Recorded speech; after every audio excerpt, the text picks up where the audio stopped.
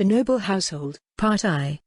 The noble household employs a myriad of servants and retainers, from iconic butlers and maids, to men-at-arms, cooks, groundskeepers and pages to name a few. These individuals that serve the aristocratic estate are far from the shallow imitations that occasionally appear to work on an intermittent basis, functioning as some part of common hospitality to create a transient atmosphere of wealth and luxury. Members of a noble household are retainers which often serve as close personal attendants of noble families in all matters mundane.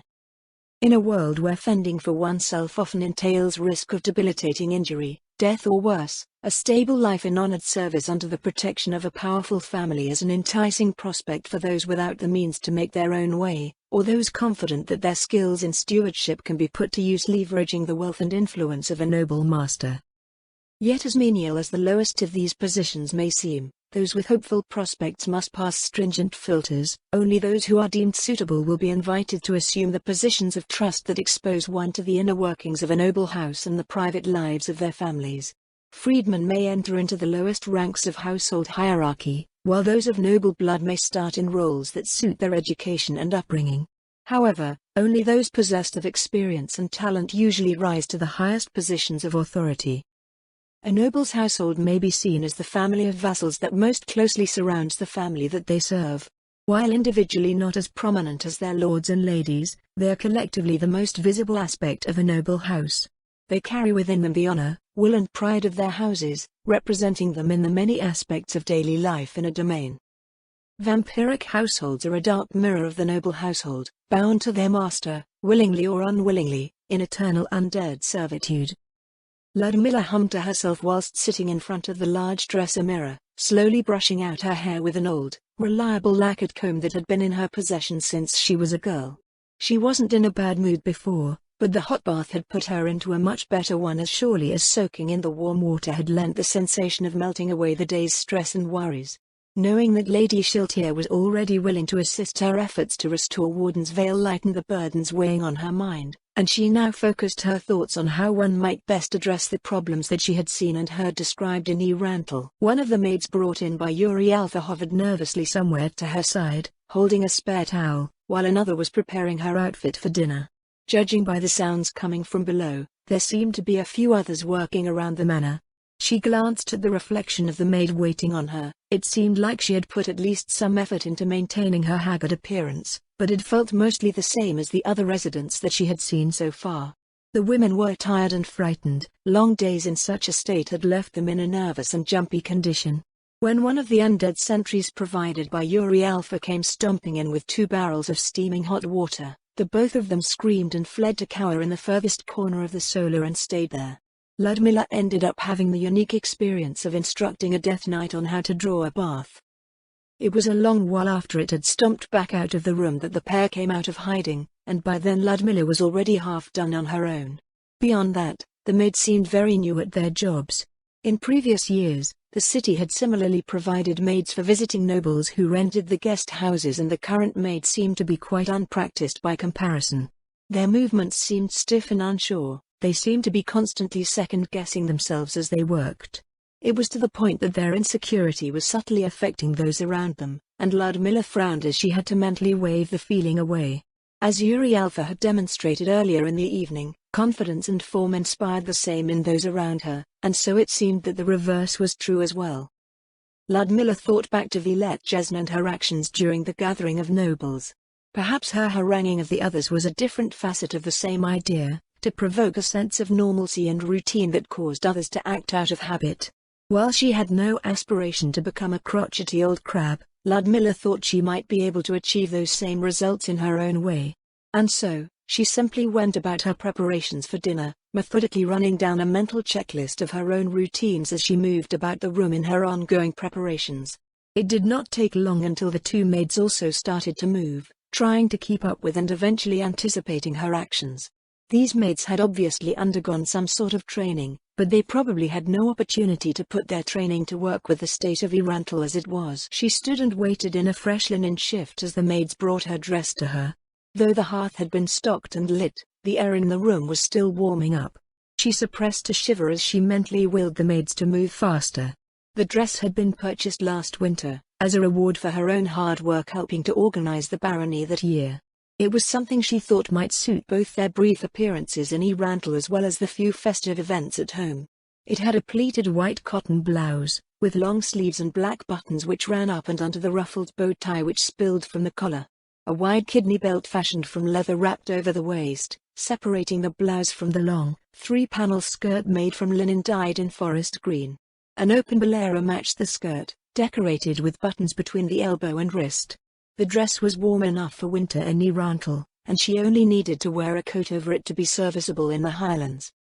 It had been on display in the window of a boutique near the main plaza, and she spotted it while her family was on the way back from selling their goods at the various merchant warehouses in the outskirts. She immediately hopped off their moving wagon and bought it with over half of her earnings for the year. After she returned triumphantly with her spoils, her brothers had wailed upon hearing the cost of the entire outfit, as it was enough to buy half a suit of masterwork plate armor. Her father just seemed relieved that his only daughter was not just a tomboy after years of being raised in a household full of men. As she was now helped into the dress by her maids, however, a vague sense of annoyance filled her as she saw that her ambitions of yesteryear had been somewhat misplaced. She had grown taller, causing the hem of her skirt to come 2/3 of the way up to her knee. The pleated blouse did not fill out as much as she had hoped that it would, leaving it loose over her chest. Ludmilla resisted the urge to sigh as the maids fussed over her appearance. When they were nearly finished, one finally spoke. "Frontier nobles really are amazing." Amelia Lutzi was the younger of the two maids, who had arrived and introduced themselves just before the Death Knight had come to deliver water for the bath. The girl was half a head shorter than Ludmilla, with shoulder-length auburn hair and a face full of light freckles. Her emerald eyes glimmered as she continued. "Even in a beautiful dress, you look like a gallant warrior at the same time. Everything about it suits you so well while making it seem like you could go to battle just like that. Even the hem of your skirt is raised so you can move around easily, when other ladies might have chosen a more reserved appearance." The excited maid made a motion with her right arm, as if she was swinging a sword, or perhaps clubbing someone with a rolling pin, or stabbing something with a fork. Ludmilla could not tell. "How do you do it, my lady?" she asked. Amelia's voice lost its excited tinge, turning subdued. Ludmilla looked down at her dress, searching for any problems with the outfit. She didn't notice anything wrong in the mirror, either. "Do what?" The maid's work slowed, until her hands stopped moving entirely. She looked up to Ludmilla with an expression that was a mixture of awe and uncertainty. "How do you live your life like everything is normal?" she said. "I've heard some others talk about how they saw you walking outside this evening, all by yourself in the nobles' district like it was just a regular spring day. I thought that maybe that was an exaggerated rumor, but then that monster came into the room just now and you just continued on like nothing at all was strange." Ludmilla opened her mouth, then closed it again, uncertain how to respond. She didn't feel like she had done anything that anyone else couldn't have. It wasn't as if she never panicked, or did not feel fear or insecurity. Even her actions around the maids were just an experiment that she was not even sure would work or not, inspired by what she had experienced previously that day. She thought that a straightforward answer would be best. "I don't think I've done anything special," she said, "and this is hardly normal for me. I was frightened at first, when I saw all of the undead in the city, but then I realized that fear for its own sake was unreasonable. I simply decided that I had more important things to do, that I could not afford a life that had me jumping at every shadow. That the days and seasons would pass, that the world would continue to run outside of our borders. That in spite of all of my fears and uncertainty, I still needed to fulfill my duties to the land or my fief would fall to ruin." Amelia's eyes were sparkling again, but a dismissive sniff from Ludmilla's other arm indicated that the second maid did not see things the same way. Terero's husky voice was about as incredulous as one could get without sounding outright disrespectful. "You decided," she said, "my lady, if we could all just get up one morning and decide to get back to life as usual, no one would be hiding in their homes now, would they?" "She's right," Amelia said reluctantly, "even the other nobles tried a day or two ago. A few of the ladies riled up one of the boys to show them how brave they were, so he marched out of the clubhouse with everyone following a safe distance away. He stormed right up to one of those death knights and soiled himself as soon as he came within a few strides, collapsing on the ground in a puddle. When the undead monster turned to look our way, everyone screamed and ran all the way back to the clubhouse, leaving the poor nobleman lying on the street. Tara nodded at the other maid's words, her black curls bouncing over the dusky skin of her cheeks. "That's right," she said. "In the end, Miss Alpha had to carry him back to his manor. The poor kid was out cold. Mark my words, frontier nobles are made different, somehow. When times are good, those other nobles might know how to boss people around, but all the boasting and bragging and talk of being brave captains and fierce fighters is like it never was when it comes down to it." Her attendant's disdain for the rest of the nobility was alarming, to say the least. Ludmilla felt a tugging obligation to at least salvage at least a little bit of her peers' respect. "Then what about Yuri Alpha?" Ludmilla asked. "She doesn't seem to mind everything that goes on. If anything, she seems to carry herself far better than I do." "You're right, my lady," Amelia replied, "but she's one of the royal maids, you know. She's probably had a long time getting used to all that, or maybe she's not what she seems to be at all." Ludmilla thought Yuri Alpha did not appear to be abnormal in any way, so she decided to follow up on the first idea. "Then maybe all it takes is time," she suggested. "The two of you seem to be gossiping quite bravely here, after all." The animated atmosphere instantly turned solemn as the two maids exchanged glances. Tara was the first to recover, glancing at Ludmilla as she spoke. "A little time then, my lady," Tara said. "Maybe you're right, but you still won't catch me walking up to those undead anytime soon." You won't tell anyone about what we said before, will you, my lady?" Amelia asked. "Not this time, no," Ludmilla answered. "In the future, however, I will not defend you with falsehoods if you are caught slandering the royal household or His Majesty's nobility." The two maids stood and stepped back, having completed her outfit. They curtsied in unison as Ludmilla stepped off of the dressing stool and headed out of the solar. "Thank you, Lady Zaradnik." The night's rain had ceased, and the courtyard patio glistened as Ludmilla made her way back down the stairs to the main floor of the manor. The corridors were lit, as were the various rooms in use by the new members of the manor staff. She headed back towards the kitchen to see if Lady Shiltir was still there. "Over here, Baroness," she heard her liege call to her from off to the side. Turning towards the sound of her voice, Ludmilla spotted the edge of the black gown with its silver and carmine frills in a drawing room across the courtyard. She made her way around and into the room, coming upon Lady Shiltir, who was nibbling on a scone. Seeing the food pass through the image of one mouth and into the other was odd, to say the least. Yuri Alpha was nowhere to be seen. Ludmilla took a seat on the short sofa across the rosewood center table from the Lady Shiltir, whose dangling feet were swinging idly under her skirts as she worked on her pastry. A shallow splash in the courtyard turned their heads towards the entrance of the drawing room. Yuri Alpha had returned, with a covered dinner tray in hand. Shiltir's sarcastic query met the maid as she entered the room. "You're not making a dynamic entrance like that every time you want to enter someone's house, are you?" "Of course not, Lady Shiltir," Yuri replied. "I was simply repositioning one of the hanzos from an empty manor nearby. The roof of this building should be better secured now." Yuri Alpha came over to lightly place the silver tray on the center table. "Please pardon my presumption, but I took the liberty of ordering your meal, Lady Zaradnik," she said. "This should be popular amongst young people, at the least. Lady Aura seems to relish it." Yuri Alpha lifted the cover, and Ludmilla leaned forward. An appetizing aroma was released into the room, but the food that lay arranged within was unfamiliar. There was something resembling a sandwich, while the rest of the plate was filled with golden strips. Bubbles rose out of the dark drink in the clear glass beside the plate. That it all seemed to maintain its neat placement was a mystery, especially considering the maid had jumped down from over 2 stories into the courtyard. "The sandwich is called a hamburger," Yuri Alpha gestured with her hand as she described the meal. "I believe that potatoes are used in imperial cuisine. Those golden strips are called fries. The beverage is a sweet, fizzy drink called cola." Ludmilla searched the tray for utensils, but there appeared to be none available to sample the exotic foods enticing her. "This meal is usually eaten with one's bare hands," Yuri Alpha informed her.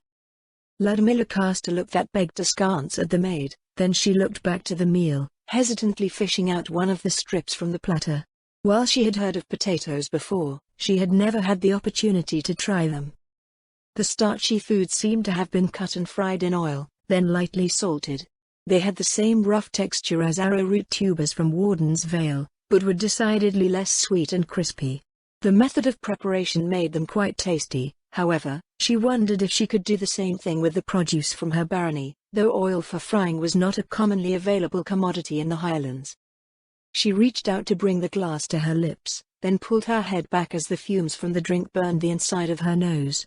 After seeing no reaction from the two others, she gingerly took a sip. The sweet drink scoured her throat as she swallowed. She thought it was something that was definitely an acquired taste. The sandwich was a bit more regular. Someone had taken minced meat of some sort and grilled it. There was a mixture of savory sauces in the sandwich that complemented the smoky flavor of the meat. There were also both fresh and pickled vegetables inside, similar to ones she had tasted before. Having not eaten for most of the day, her ravenous appetite had her take all of 5 minutes to complete the meal while Lady Sheltier and Yuri Alpha looked on. "I trust that you enjoyed the meal, Baroness?" Yuri Alpha asked as she retrieved the tray. "It was very satisfying, thank you," Ludmilla replied. "Especially these fried potatoes. I think something similar could be done with produce from my domain." She struggled not to burp as Yuri Alpha looked at her expectantly. "You didn't feel anything?" Yuri Alpha said, "The sensation of becoming stronger, or perhaps more robust?" "What do you mean?" Ludmilla asked. "The meal should have several beneficial effects upon consumption," she explained, "though admittedly, Lady Aura does not particularly care about the effects, only the flavor." Ludmilla shook her head, then eyed the half-emptied glass on the table. Did she have to finish the whole meal, including the drink? She had never eaten a meal that provided benefits immediately after consumption. The Sorceress Kingdom surely had a variety of wondrous things she had never heard of before. "That is quite curious," the maid said. "I believe the other chefs will find this information of great interest." Yuri Alpha turned her attention to Lady Sheltier. "If I may ask, Lady Sheltier," she asked, "how were your scones?" "One was the same, as usual," Lady Sheltier replied. "The other tasted a bit strange. You should know as well as I that I won't gain anything from eating them, though." "We can never be too certain here," Yuri Alpha said, "and the chefs are being quite thorough in their investigations. There are still many recipes and local ingredients left to cover. Any one of them could turn up with something unexpected." With a slight bow, Yuri Alpha left with the dinner tray, disappearing into the corridor. Her hunger sated, Ludmilla leaned back slightly into the sofa, looking across the table at Lady Sheltier, who had long since finished her scones. "So, are you refreshed and ready to work now?" Lady Sheltier said, "There is much to be done ahead of us." She seemed eager to begin yet, when Ludmilla looked around them, there were only crumbs from Lady Sheltier's snack on her side of the table. "I am still unsure what exactly you have in mind when you say that, my lady," Ludmilla said. "I have some experience in helping to manage my father's domain, but I do not know what His Majesty expects of me in my position as a minor noble."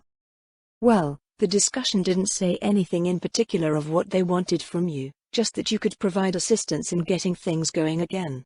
Did your former liege always tell you what needed to be done?" Now that she mentioned it, Ludmilla realized that she may have overestimated the scope of what had been said earlier. The nobles of Riestais were by and large autonomous rulers within their own fiefs, only occasionally collaborating with others to tackle their common interests. Similarly, it was rare that they would be called to assist in their lieges' matters. Only those exceptional enough to qualify as ministers and proxies were appointed to such important positions. Ludmilla had only started to help manage her own family's territory when she was 12, mostly in limited capacity until recently, so what was required of her probably had to do with something within her limited experience.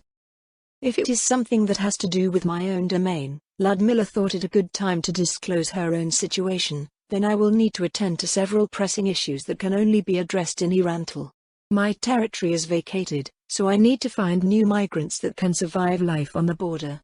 Then, based on the numbers that can be convinced to immigrate, I will need to purchase tools, parts and various necessities for living on the frontier. Moment sent my villager's goods somewhere. I must track him down somehow and find out where they went. Depending on the prices I receive for those goods and how many I need to provide for, I might need a subsidy if there is a shortfall." Across from her, the vampire's bright, crimson eyes seemed to have gone dull. It reminded her of the times when she would speak to her family on these matters. As comprehension decreased, so did their attention span. It usually took her until she got to the strings of figures in her reports to achieve the same effect with her father and brothers, though. Yuri Alpha cleared her throat to the side. While Ludmilla spoke, she had been cleaning the table, taking away the remains of the meal and replacing the tablecloth. A tea set was laid out before them on the table, and the maid spoke as she poured out cups of fragrant red tea for them. I believe you will find the methods to apply for everything you need in the forms and reference materials that have been prepared for the local administration by Lady Albedo, the maid said. After placing an expensive-looking teacup with floral designs traced over it before Ludmilla, Yuri Alpha produced a stack of books and folders from somewhere. As with Lady Shiltier's parasol, they were seemingly taken out of thin air. Ludmilla wondered if it was a magic item or spell common to the sorcerer's kingdom. The maid gently placed the collection of items on the table, but, even so, Ludmilla could hear a light thump as the mass was released. Lady Shiltier eyed the pile with the same look that a person might have given to something distasteful. I thought Albedo didn't want anything to do with us, she said. You should know as well as I that Lady Albedo has prepared extensively for this, Lady Shiltier, Yuri Alpha replied. These materials are made readily available to any who would take up related matters in the civil office anyways, so I thought it prudent to save time by picking them up in advance. As Yuri Alpha finished arranging the items on the table, Lady Shiltier shifted over on her seat. The maid rose to stand beside the sofa, and the vampire patted the cushions in the space she had made for her, smiling up hopefully. Yuri Alpha pointedly turned her head away in refusal, choosing to remain standing to the side. The brief exchange left Ludmilla wondering what the relationship between them was. Even a maid in the service of royalty would be hard-pressed to evade the suggestions of a high noble, much less outright refuse them, as their reception could be perceived as a reflection of their master's disposition towards said noble. The resulting interpretation of this behavior could cause no end to the troubles between a host and their guest, and so those in noble employ would constantly need to be aware of the will of their master and perform in a manner appropriate to the expression of their many associations. Though Lady Shiltier had a look of disappointment on her face, it seemed that she had treated the refusal as nothing more than a part of their regular interactions. The way in which Yuri Alpha pressed Lady Shiltier when she discovered the two in the kitchen was also at odds with how a maid would normally act towards a member of the royal court. Some might have construed His Majesty's disapproval or even ill will in Yuri Alpha's actions towards her. Perhaps the elegant maid held some other position even as she served as part of the royal household. It was not uncommon for unmarried noble scions to enter in such service that suited their station and, going by the dignified atmosphere that always seemed to follow her, Ludmilla would not be surprised if the maid was in reality a princess from some other part of the sorcerer's kingdom. As she studied her face, Yuri Alpha betrayed no indication that could be seen as evidence of her speculations being correct. She simply looked back at Ludmilla expectantly, patiently waiting for her to examine the various items that had been placed on the table. Ludmilla reached out to take the first folder from the stack in front of her.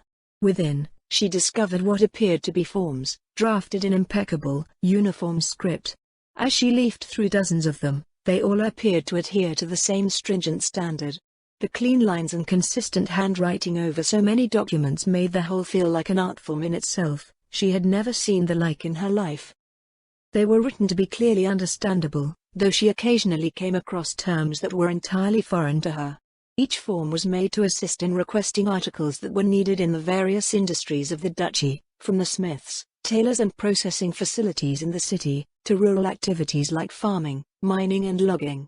There were even those for warehouses, restaurants and various commercial services that were usually left on their own to sort themselves out. Amazing, Ludmilla remarked as she continued to flip through the documents. Were these all drafted by a single person? The Guardian Overseer created the templates for these, yes, Yuri Alpha said.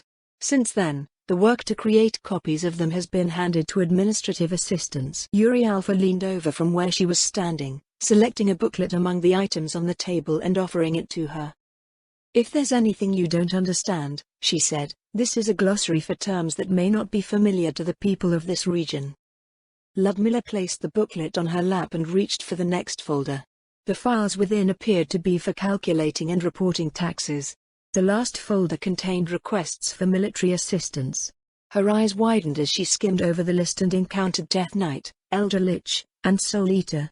Recalling that Bohadan had speculated that the legendary magic caster Fluda Paradine may have become an Elder Lich, she wondered if all of the assets on the various forms were similar.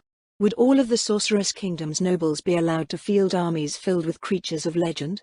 One could easily carve out their own nation with such overwhelming military might.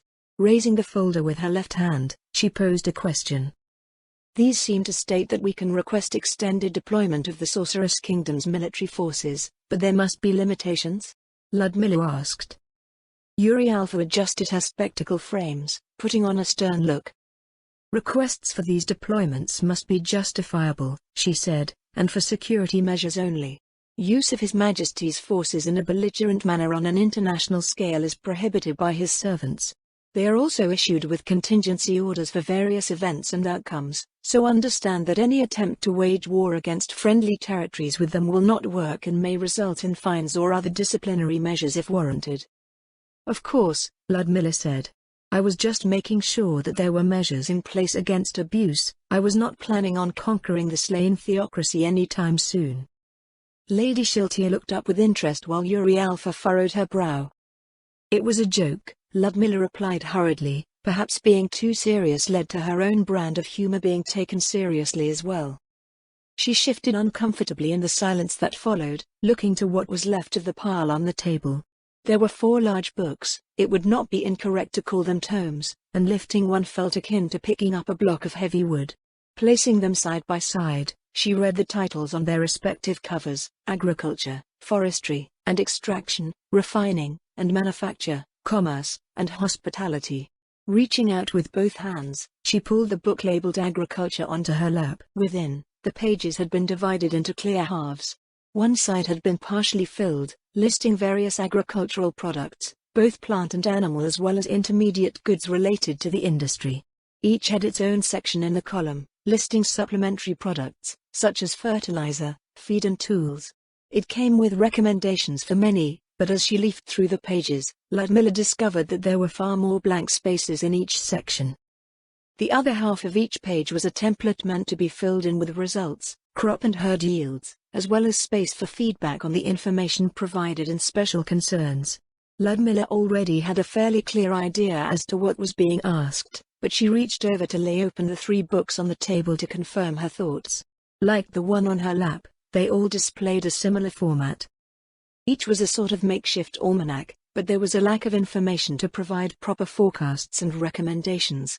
The Sorceress Kingdom had retained the laws that governed the nation, but the civilian administration had undergone changes to the point where the whole would not be recognizable to what had come before. The new administration needed a bare minimum of functional industries in order to test its new methods and enact policy, but the apparatus had essentially been jammed with the sudden annexation of the duchy and the new realities that came with it. Do you understand what needs to be done? Lady Shiltier asked after Ludmilla looked back up at her. I do, my lady, Ludmilla said. Well, believe I understand what is being asked by these, and I know what needs to be done to achieve what is being asked. Lady Shiltier and Yuri Alpha had been waiting patiently while Ludmilla perused the contents of what had been set before her, and they brightened visibly upon hearing her words. Ludmilla had no illusions that remedying the entire situation would be as simple, though. In order to return the duchy to normal, she continued, the people need to understand what the new normal is. With stability and certainty comes confidence, only then will the population come fully back to life. It is something that will take time, but someone has to start somewhere. As Ludmilla leafed through the incomplete almanac on her lap, a sudden thought gripped her. Say, how is the city doing for food and supplies? She asked. When this city was annexed, Lady Shiltier responded, the provisions that the Royal Army of Riestais had stored in the warehouse were abandoned, so they were seized by His Majesty's forces. How large was the levy this year? 250,000, roughly. Ludmilla did a quick calculation in her head. While rural territories might be able to forage or glean food from their surrounding fields and forests, the ability for the uncultivated lands to support the inland population would quickly diminish, and they would still need to be supplemented with food until seasonal activities returned to normal. The city had no such option, relying on imports entirely. The needs of an army and the needs of the citizenry were vastly different, but food and fuel were still the same. 1 year, Ludmilla frowned. Lady Shiltir and Yuri Alpha looked at her curiously. 1 year? Lady Shiltir frowned back. The annual skirmish with the Empire usually lasts 4 or 5 weeks, not including the time to organize and station the levy, Ludmilla explained. The kingdom brings enough provisions to Irantal for roughly 6 months. This is enough to feed the city and army long enough for emergency relief to be mustered and arrive from the kingdom in the event of a siege. With the city in the state that it is in, various tools and parts associated with city life will mostly not wear down since they aren't in use, but the people still need to eat and stay warm.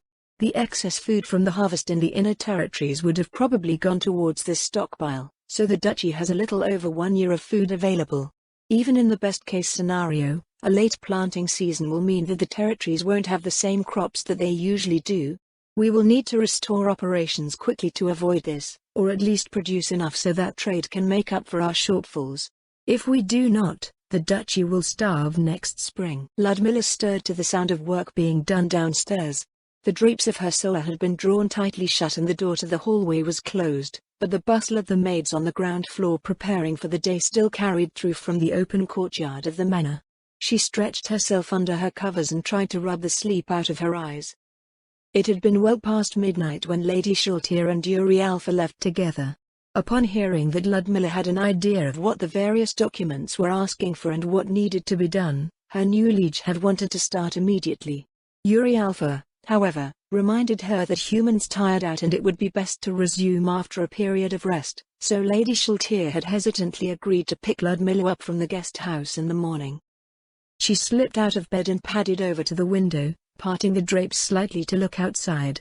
Though the rains had stopped before she had retired for the night, the skies remained overcast and a grey pall was cast over the district. She was accustomed to rising after daybreak, but it was still dark enough that the street lamps had been left on. Looking down to the front of the building, she saw the 2 Death Knights standing guard at the street entrance. There was a light tapping at the door. "Yes?" "Baroness Saradnik," Amelia's voice sounded through the door. "You requested a morning call an hour after dawn." "I'm up," Ludmilla replied. "Thank you, Lutzi." Ludmilla stepped back from the window, letting the curtains fall back down again as the maid opened the door. The courtyard was still being artificially lit in the morning gloom. The air carried with it the smells of wood smoke and of breakfast being prepared. Amelia closed the door behind her, then turned to curtsy. "Good morning, Lady Zaradniomai, it's pitch black in here." Ludmilla watched as the maid groped about blindly. It seemed that yet another of the qualities of her talent that Lady Shiltir had described the previous night was true.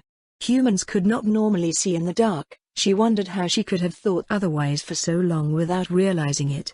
Before Amelia could topple any of the furniture in the solar, Ludmilla drew open the curtain again to dimly light the interior. The maid immediately straightened, walking about cautiously in the weak illumination. "Oh, you should let me draw open the rest of the windows, my lady," she said. "If I recall correctly, there was an appointment you needed to get ready for soon?" "Yes," Ludmilla replied. "They said that one of the fellows posted outside the door would deliver word to them once I knew when I'd be ready. Is everyone else up? I should have one of the other maids let them know. Tara chased the other 2 out of bed a couple of hours ago. I don't think any of us will be able to approach the guards outside, my lady.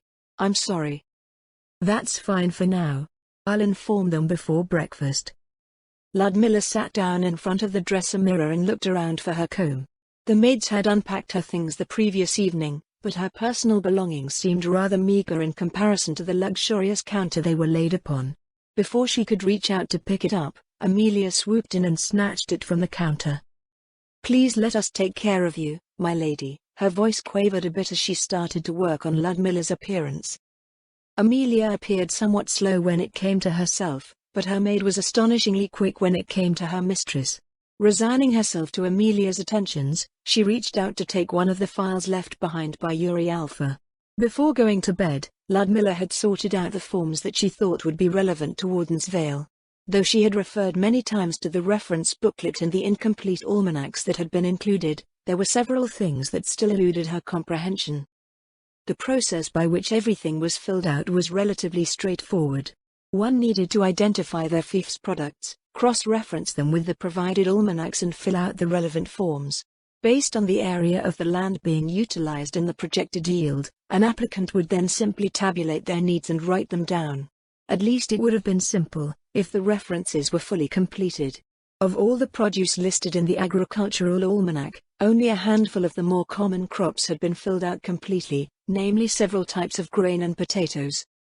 Warden's Vale had several old terraces cut into the lower slopes of the valley near to the village, remnants of a time when the barony was still in a position to develop its lands. The hamlet constructed to house field workers had long since fallen into disrepair, and only the nearest portion was left in use.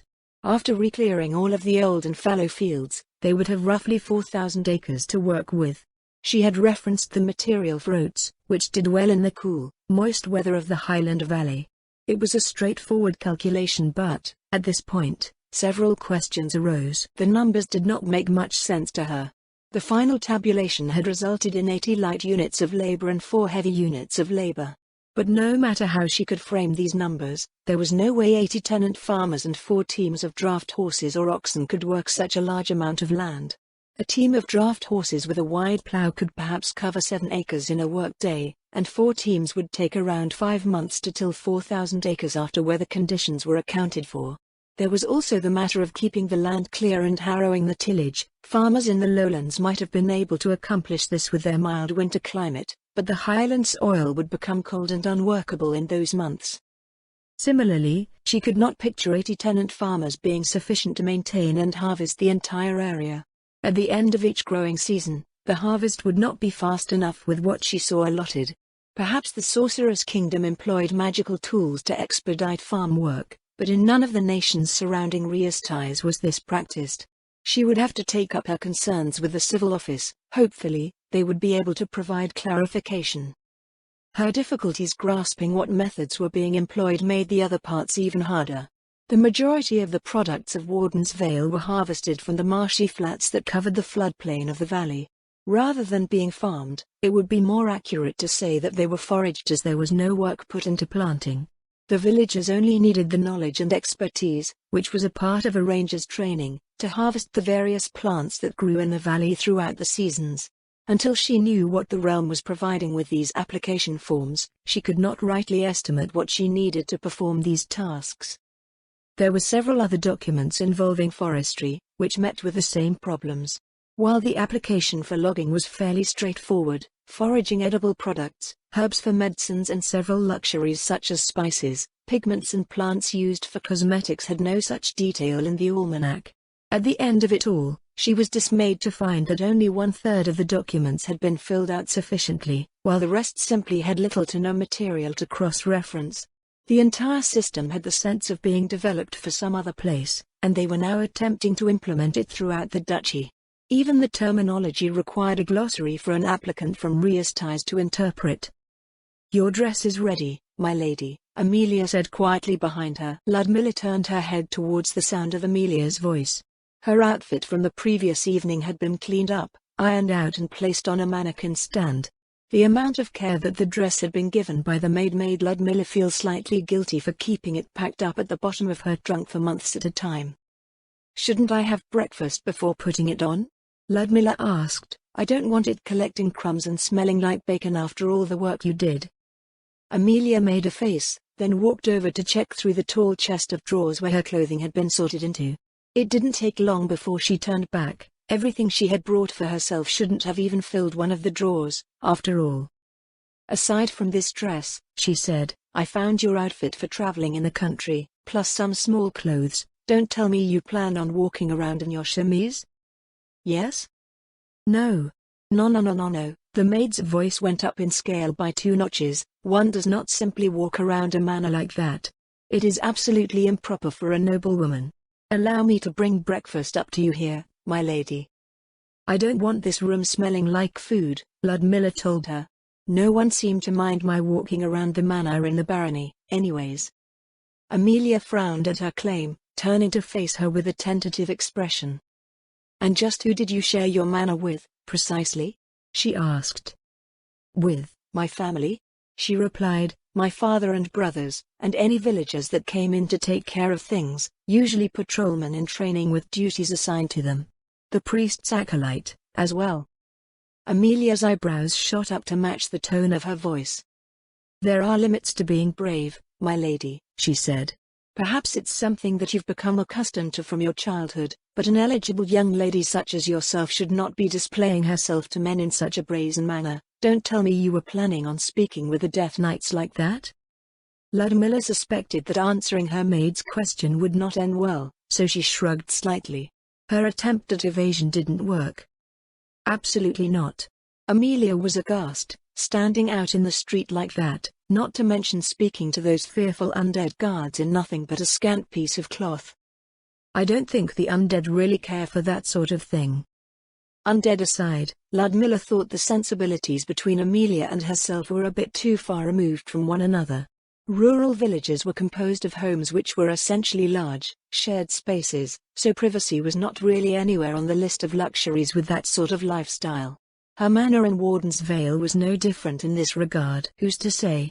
I'm no expert on the undead, my lady, but who's to say that there aren't some lascivious ones out there? The maid shuddered after the words left her mouth. Well, thanks for that thought, my lady. Ludmilla wanted to point out that it had been entirely Amelia's own doing, but seeing that her maid had stopped accosting her over her appearance and lapsed into the gossipy tone that she carried after they first met, she counted it as a win of sorts. Setting her papers aside, she stood back up and the maid helped her into her dress. I'll need an attendant for the outing, Ludmilla said as Amelia was making some final touches on her appearance. Will you accompany me? Of course, my lady. Amelia immediately brightened at the prospect, but her expression grew shadowed just as quickly. Where are we going? The rest of us were busy making the place livable. All I could tell from your meeting yesterday evening was it had something to do with this monstrous pile of paperwork you have here. She motioned to the stack of books and file folders filled with documents. Ludmilla pressed her lips into a thin line. She didn't like the idea that others would listen in on official business like that, but she wasn't sure what measures she could take against it in the future. Yes, she said. I need to turn in these forms to the civil office and meet with an official to clarify some things. In addition, I'll need to deliver my fief's goods to the merchant warehouses to sell. Then, there are some purchases to make based on what I can secure from the administration with these requests. The young maid, having already agreed to accompany her, now looked a bit cornered. She obviously knew something that Ludmilla did not. What's wrong? Ludmilla asked. You seemed excited to accompany me at first. Well, Amelia licked her lips apprehensively. The Sorceress Kingdom has replaced the missing administrative staff with undead, my lady. I'm not confident that I can stride boldly into a building full of them like you can. Well, you can wait outside if you don't feel up to it, Ludmilla said. I wanted you to help out with some personal articles, mainly. I need to replace old clothing that I've grown out of as well as find new pieces for daily use. Amelia perked up a bit at her words. Ludmilla had laid out the prospect considering her maid's attitude earlier about the lack of a wardrobe, and it seemed to have some effect. All right, I'll take another look at your things and figure out what you need while you have breakfast. The maid made some last-minute checks on the dress, then stepped away. We're done here, my lady. Please enjoy your meal.